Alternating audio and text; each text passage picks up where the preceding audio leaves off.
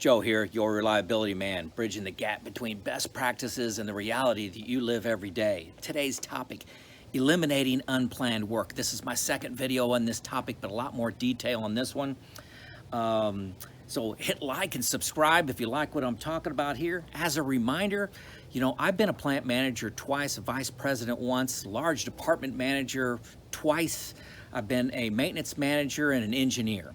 My perspective on drive and reliability is different than the average person. I'm not a full-time consultant. I'm not a facilitator. I'm not a reliability engineer. I come to you from the vantage point from top leadership, okay?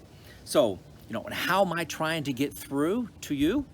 Not death by PowerPoint. Hopefully you appreciate that. Just two people talking, two people that are invested in this industry trying to make it better, okay? So you're not going to get academic answers from me. You're just going to get proven things from my failures and my successes through that 32 years of somebody that's been in your shoes.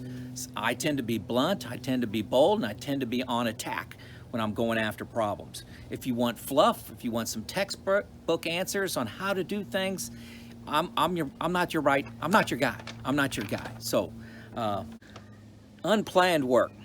It's the unanimous #1 issue preventing leaders from going forward down their reliability journey. Everybody fights with it. No matter where you're at on your journey, it's an issue. So you got to have a plan for it. There's only one way out. 32 years of experience from me is only one way out of unplanned work, and that's to get more planned work in. So how do you attack this? First, observation. The best thing to do, I encourage you so hard to do this, is to get your lead team, train them a little bit on observation, rules in use, 7 forms of waste, go out there for 2-3 days in a row and see the waste that's happening at your plant. See the waste, attack the waste that you see, customize it to your plant.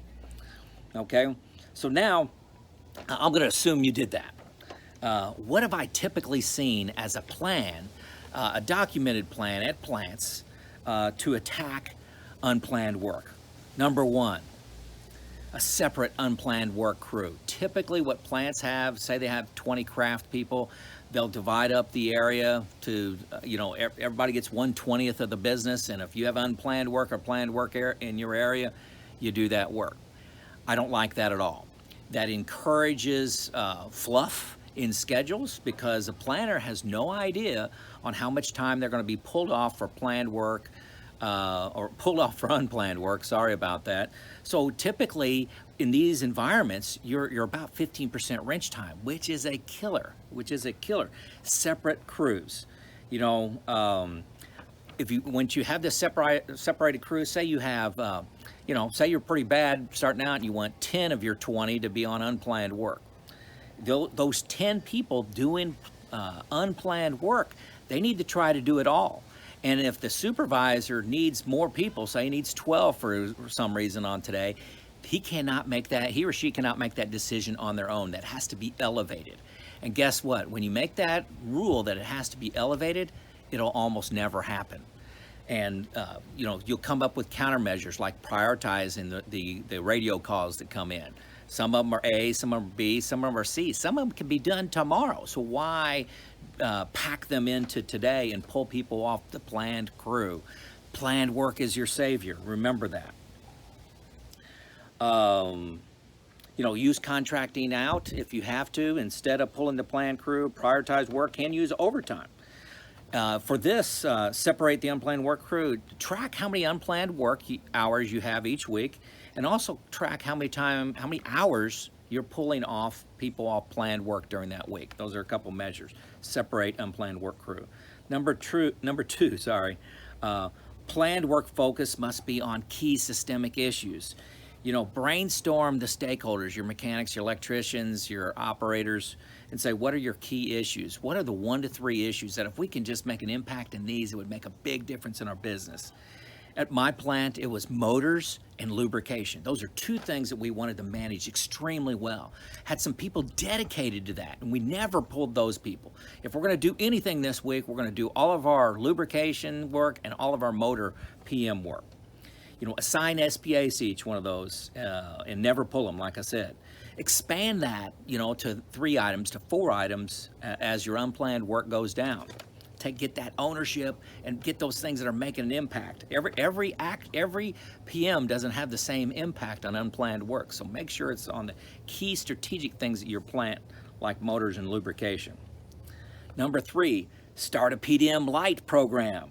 If you can't do a full-blown PDM program, remember, when you find things high up on that PDF curve with your UE or ultrasonics, IR, Vibe, you find things with those technologies, you save at least 10, maybe even 20 to 1 hours.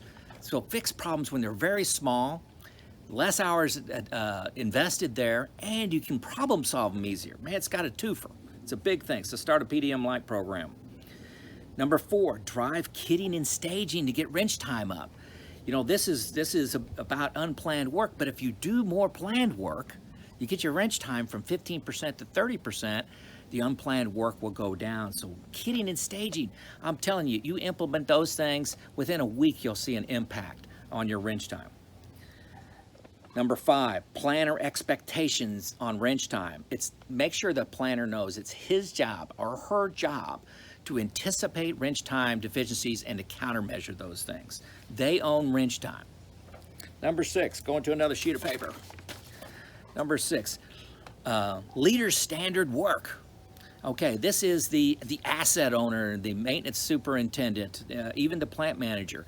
Drive a culture of go and see, audit PMs, audit feedback on PMs, audit wrench time, audit failures. When those things happen, you have to have a go to the floor culture.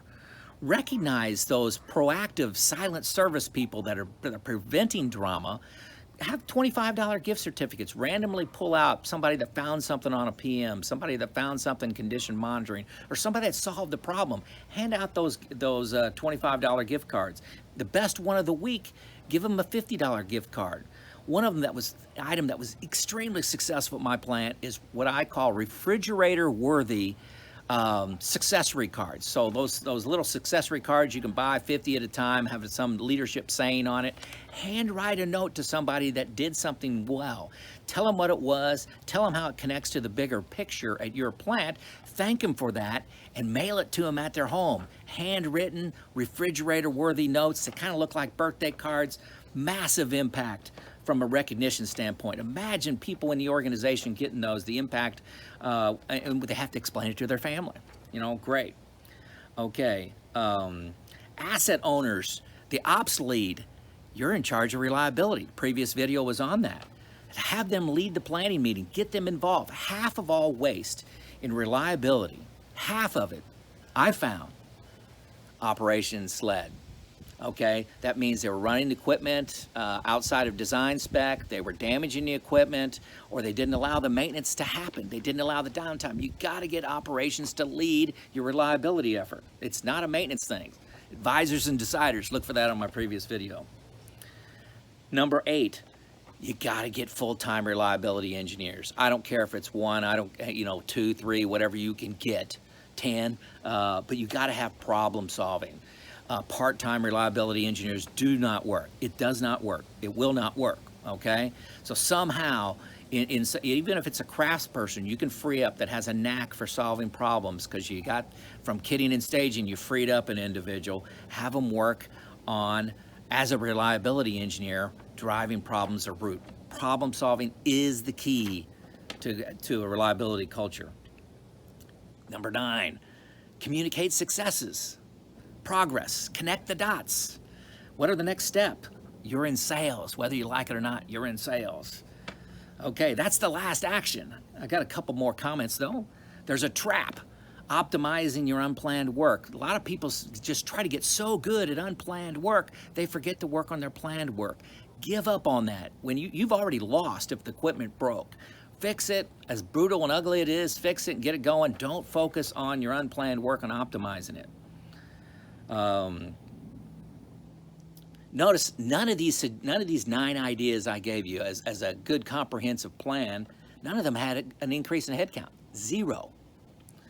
Get it from kitting and staging as a way to get it. Get it from getting wrench time efficiencies like I talked. Run 90-day experiments to pull somebody out of another role to be your reliability engineer. Pull them off maybe capital or something like that, and maybe you can contract out capital. There's nothing to buy. There's really nothing to buy in this game plan. You should be able to implement these things in under 60 days. Look at each one of these 9 and tell me why you could not get that done in 60 days. Put that in the comments if you can't get that done in 60 days. So, your lean-driven reliability topic, our task for the week. Do you have a written plan for your unplanned work? It's your number one obstacle. Don't you think you ought to have a written plan that you're accountable to someone? Hopefully it's a governance committee, but it can be your supervisor, can be a coach, can be me. But do you have a written plan for that? Again, begin your journey. The stuff isn't that hard.